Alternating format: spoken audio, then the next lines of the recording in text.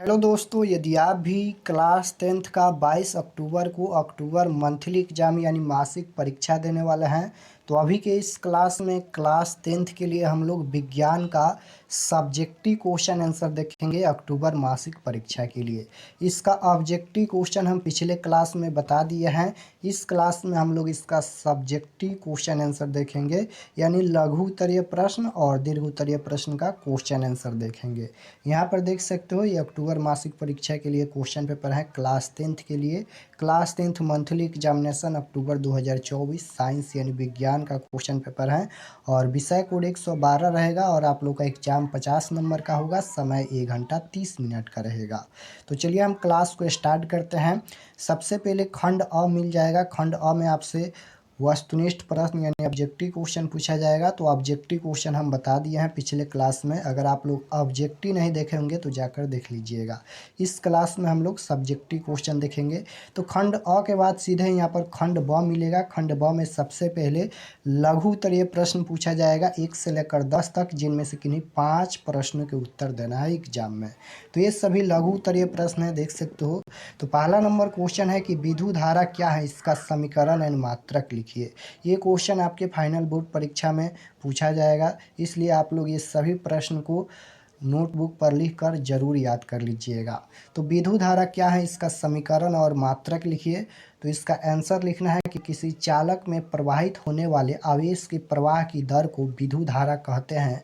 विद्युत धारा का सही मात्रक एम्पियर होता है और इसे मीटर से मापा जाता है। बहुत ही सिंपल क्वेश्चन है। विद्युत धारा क्या है, तो किसी चालक में प्रवाहित होने वाले आवेश के प्रवाह की दर को विद्युत धारा कहते हैं और विद्युत धारा का सही मात्रक क्या होता है, एम्पियर होता है। एम्पियर को ए से सूचित करते हैं और इसे मीटर से मापा जाता है। तो फर्स्ट क्वेश्चन का आंसर यहाँ तक हो गया। उसके बाद ये 2 नंबर क्वेश्चन है। क्वेश्चन नंबर 2 पूछा गया है कि उत्तल दर्पण के 2 उपयोग लिखे। उत्तल दर्पण के 2 उपयोग लिखना है। तो इसका आंसर देख सकते हो, यहाँ तक लिखना है कि उत्तल दर्पण का 2 उपयोग। पहला है, बाजारों व गलियों में लगे लैंपों का प्रकाश उत्तल दर्पण से प्रवाहित होकर अपसारी किरण पुंज के रूप में सड़क के काफ़ी क्षेत्र को प्रकाशित करता है। और दूसरा का है कि ट्रकों, बसों और मोटर कारों में ड्राइवर की सीट के पास उत्तल दर्पण लगा होता है, जिससे ड्राइवर अधिक दृष्टि क्षेत्र में आने वाली वस्तु को देख सके। तो 2 नंबर क्वेश्चन का आंसर यहाँ तक लिखना है। उसके बाद यहाँ पर ये 3 नंबर क्वेश्चन है, देख सकते हो। तो 3 नंबर क्वेश्चन पूछा गया है कि लेंस की क्षमता किसे कहते हैं।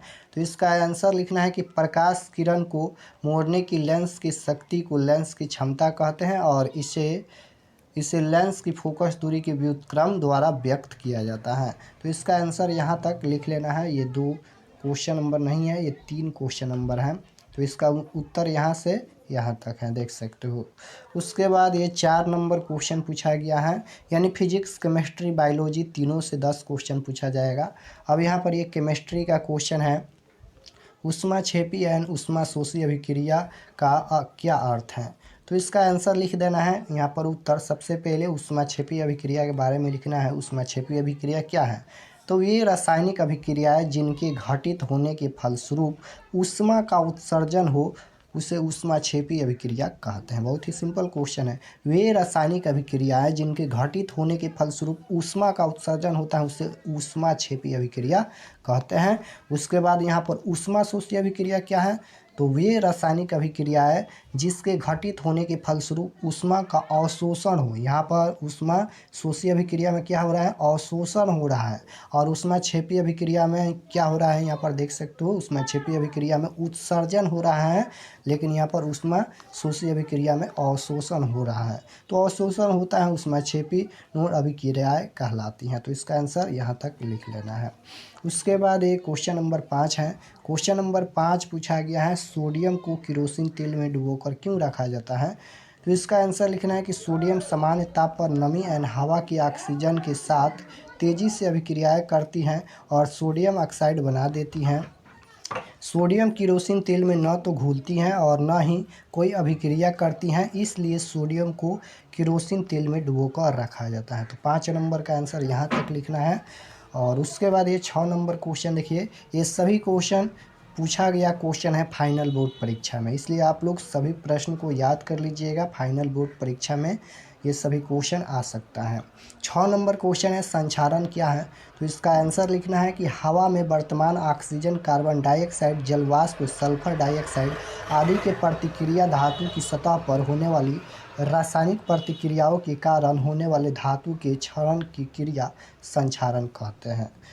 उसके बाद यहाँ पर क्वेश्चन नंबर 7 है। क्वेश्चन नंबर 7 बायोलॉजी से पूछा गया है। यहाँ पर 7 नंबर क्वेश्चन ये पूछा गया है यहाँ पर डायलिसिस का सिद्धांत क्या है, तो इसका आंसर यहाँ तक लिख लेना है कि कभी कभी संक्रमण या उपयुक्त रुधिर आपूर्ति न होने या किन्हीं अन्य कारणों से वृक्क क्षतिग्रस्त होकर कार्य करना बंद कर देता है। ऐसी स्थिति में उत्सर्जित पदार्थों को छानने तथा जल एवं लवणों के मात्रा के उचित संतुलन के लिए कृत्रिम वृक्क का व्यवहार करना पड़ता है। यह विधि डायलिसिस कहलाती है। इस विधि में मरीज के रुधिर को क्षतिग्रस्त वृक्क के बजाय डायलिसिस मशीन में प्रवाहित किया जाता है। इस मशीन में रुधिर से उत्सर्जन पदार्थों को अलग करके फिर उसे शरीर में वापस पंप कर दिया जाता है।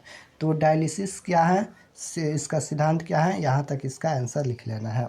उसके बाद 8 नंबर क्वेश्चन ये पूछा गया है पौधों में गैसों का आदान प्रदान कैसे होता है, तो इसका आंसर लिखना है एक कोशिकीय एवं सरल जीवों में गैसों के आदान प्रदान हेतु खास अंग नहीं होते क्योंकि इनका सारा शरीर पर्यावरण के संपर्क में रहता है, लेकिन बहुकोशिकीय एवं जटिल जीवों की सारी कोशिकाएं अपने पर्यावरण के सीधे संपर्क में नहीं रह पाती। इन बहुकोशिकाओं वाले जीव में गैस के आदान प्रदान हेतु परिवहन तंत्र के द्वारा होता है। तो 8 नंबर क्वेश्चन का आंसर यहाँ तक लिखना है। उसके बाद ये 10 क्वेश्चन पूछा जाएगा लघु उत्तरीय प्रश्न में, जिन्हें 5 प्रश्नों का उत्तर देना है, लेकिन हम यहाँ पर 1 से लेकर 8 तक का आंसर बता दिए हैं। 5 प्रश्न बना लीजिएगा, लेकिन आपको ये सभी प्रश्न याद करना जरूरी है। उसके बाद दीर्घ उत्तरीय प्रश्न पूछा जाएगा 11 से 15 तक, जिनमें से किन्हीं यहाँ पर 3 प्रश्नों के उत्तर देना है, यानी फिजिक्स और केमिस्ट्री बायोलॉजी तीनों में से एक एक प्रश्न का आंसर देना है। तो 11 नंबर क्वेश्चन ये फिजिक्स का है और ये दीर्घ उत्तरीय प्रश्न है, 5 अंक वाला प्रश्न। क्वेश्चन है कि विद्युत चुम्बकीय प्रेरण किसे कहते हैं, इसे दिखाने के लिए एक प्रयोग का वर्णन करें। तो इसका आंसर देख लीजिए, यहाँ तक लिख लेना है यहाँ पर, और ये सभी फिगर भी बना लेना है और इसका PDF हम व्हाट्सएप ग्रुप में सेंड कर देंगे। उसके बाद 12 नंबर क्वेश्चन ये केमिस्ट्री से पूछा गया है। निम्नलिखित यौगिक का संरचना सूत्र लिखें। यहाँ पर ये दिया गया है, इसका संरचना सूत्र लिखना है, देख सकते हो। तो इसका संरचना सूत्र इस प्रकार से यहाँ पर है, इस प्रकार से बना लेना है, इतना ही। उसके बाद 13 नंबर क्वेश्चन का आंसर यहाँ पर लिखना है कि मानव शरीर का रेखा चित्र बनाकर अंतः सर्वायिक ग्रंथियों को दर्शाए। तो इसका चित्र फिगर इस प्रकार से यहाँ तक बना लेना है। तो इतना ही क्वेश्चन पूछा जाएगा आपके मंथली एग्जाम में। तो हम सभी का आंसर बता दिए हैं, लेकिन आपको ये सभी प्रश्न को याद कर लेना है क्योंकि फाइनल बोर्ड परीक्षा के लिए ये महत्वपूर्ण है। तो अगर आप लोग चैनल पर नए होंगे तो चैनल को सब्सक्राइब कर लीजिएगा ताकि आने वाले नेक्स्ट क्लास आपके पास ज़रूर पहुँचे। और व्हाट्सएप ग्रुप ज्वाइन नहीं किया है तो आप लोग व्हाट्सएप ग्रुप ज्वाइन कर लीजिएगा। नंबर है 8292929627। इसका PDF हम सेंड कर देंगे व्हाट्सएप ग्रुप में। तो मिलते हैं नेक्स्ट क्लास में, तब तक अपने स्टडी कीजिए। आप सभी को धन्यवाद।